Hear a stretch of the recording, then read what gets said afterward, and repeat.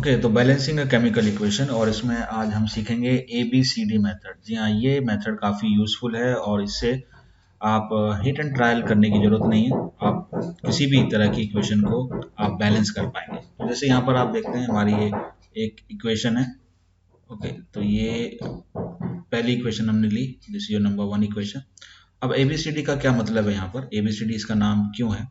देखिए, ABCD का मतलब ये है कि यहाँ पर हम इसको कुछ रैंडम कोफिशिएंट्स दे देते हैं। मान लेते हैं यहाँ पर इसका कोफिशिएंट बैलेंस होने के बाद आएगा A, ठीक है, और इसमें आ जाएगा B, है ना, दिस इज, ये हो जाएगा C और ये हो जाएगा D, ठीक है। तो ABCD ये कोफिशिएंट्स अगर मिल गए तो ये इक्वेशन बैलेंस इक्वेशन कहलाई जाएगी। तो यहाँ पर हमें सब बस यही निकालना है। तो नंबर ऑफ एलिमेंट्स क्या क्या है यहाँ पर, नहीं कौन कौन से एलिमेंट्स हैं? कार्बन है हमारे पास, हाइड्रोजन है, ऑक्सीजन है, तो 3 एलिमेंट्स ही हैं यहाँ पर इन्वॉल्व। तो कार्बन में अगर आप बैलेंस करना चाहें एटम्स को तो उसके लिए देखेंगे ए है 2 टाइम्स, ठीक है, यानी कार्बन बैलेंस करने के लिए 2 टाइम्स ऑफ ए को आपको इक्वेट करना पड़ेगा। इधर कार्बन है यहाँ पर 2, यहाँ पर कार्बन एक ही है और सी से मल्टीप्लाई हो रहा है, तो 2A इज इक्वल टू सी हो गया, तो एक इक्वेशन आएगी। इस तरीके से हाइड्रोजन के लिए भी आप कर सकते हैं। हाइड्रोजन 6 है, ए से मल्टीप्लाई होने के बाद ये हो जाएगा आपके पास 6A, और इधर आप हाइड्रोजन देखें तो 2 है और डी से मल्टीप्लाई हो रहा है, तो ये हो जाएगा इक्वल टू 2D, ठीक है। इस तरीके से ऑक्सीजन के लिए भी आप करेंगे तो आप देख सकते हैं इट इज़ 2B, और यहाँ पर राइट हैंड साइड में देखेंगे तो ये D के बराबर हो जाएगा।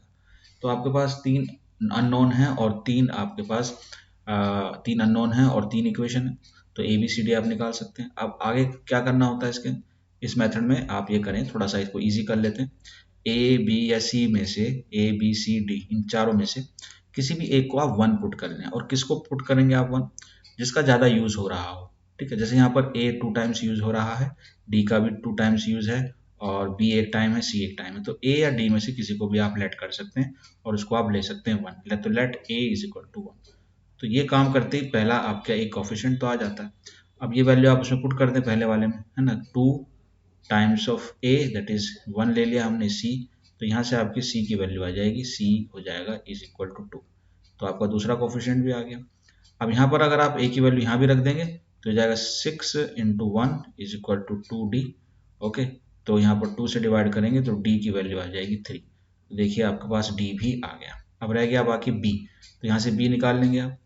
अब यहाँ थोड़ा सा शायद हमने गलत लिख दिया कि यहाँ पर जो ऑक्सीजन है वो 2 टाइम्स ऑफ C, यहाँ पर ऑक्सीजन की बात करें तो 2 टाइम्स ऑफ C है ना, यहाँ पर 2 टाइम्स ऑफ B और ये 2 टाइम्स ऑफ C, अच्छा ये 2 टाइम्स ऑफ C भी रहेगा, 2 टाइम्स ऑफ C भी रहेगा, ठीक है, ध्यान रखना ये छूट गया था, तो 2 टाइम्स ऑफ C और यहाँ भी ऑक्सीजन है तो प्लस T हो गया।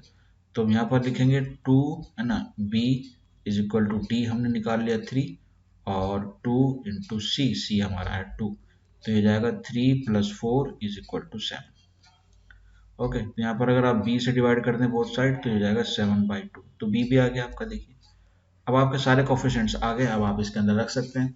तो अगर आप इसके अंदर रखेंगे तो आपकी इक्वेशन कुछ इस तरह से हो जाएगी, C2H6, ठीक है, A की वैल्यू आपने 1 रखी, B आपका आ रहा है 7/2, लेकिन थोड़ा सा अच्छा नहीं लग रहा, तो इसका भी हम इसका भी सॉल्व, इस प्रॉब्लम को भी हटा देंगे। पहले हम कोफिशिएंट पुट कर लेते हैं, तो C हमारा कितना है 2, तो जाएगा 2 times of CO2। Okay, so and plus आपका D है 3, तो जाएगा 3H2।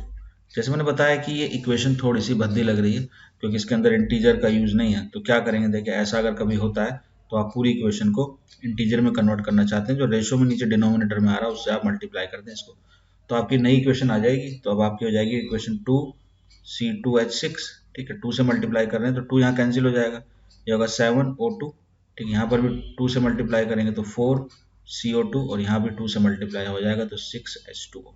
तो ये आपकी जो होगी एक बैलेंस्ड इक्वेशन होगी। और आप यहाँ चेक कर सकते हैं, जैसे कार्बन आप देख रहे हैं यहाँ पर रिएक्टेंट्स में 4 हैं और यहाँ पर भी कार्बन 4 हैं, ठीक है। हाइड्रोजन की बात करें तो 2 6 12 हो गए यहाँ पर, और 6 2 12, ये भी बैलेंस हो गए।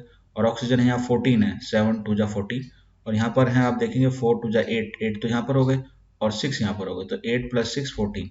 तो इस तरह से ये इक्वेशन क्या हो गई, बैलेंस होगी। और यहाँ पर हमने ABCD का यूज कर कर इस काम को किया। ये मैथमेटिकल, एक तरह से मैथमेटिकल मेथड हुआ, और आप किसी भी तरह की इक्वेशन को यहाँ पर सॉल्व कर सकते हैं अगर आपके पास प्रोडक्ट्स 5 आते हैं ना, तो आप A B C D E तक पहुंच सकते हैं। तो चलिए, आई होप ये आपको समझ आ गया होगा। चलिए एक और हम इक्वेशन ले लेते हैं। यहाँ पर एक इक्वेशन दी हुई है, एनसीईआरटी से हमने लिया, और एक फेमस इक्वेशन है यहाँ पर, आयरन का जो रस्टिंग वाला जो केस होता है, जो रोस्ट बनता है ना, वो रिएक्शन है यहाँ पर।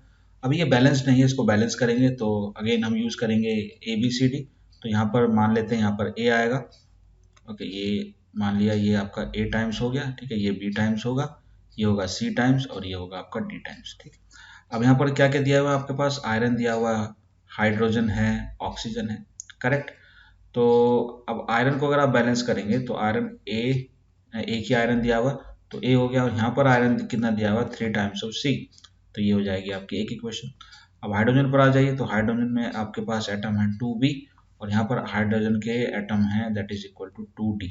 ओके, ऑक्सीजन, ऑक्सीजन देखें यहाँ पर, तो ऑक्सीजन यहाँ पर है बी, ठीक है, और यहाँ पर ऑक्सीजन देखें तो ये है 4 टाइम्स ऑफ सी, ठीक। तो इतना हो गया। अब बारी है इसमें से किसी को आप 1 पुट कर दें। देखिए बी यहाँ पर भी यूज हो रहा है, सी भी यूज हो रहा है, तो बी भी 2 बार यूज हो रहा है, सी भी 2 बार यूज हो रहा है।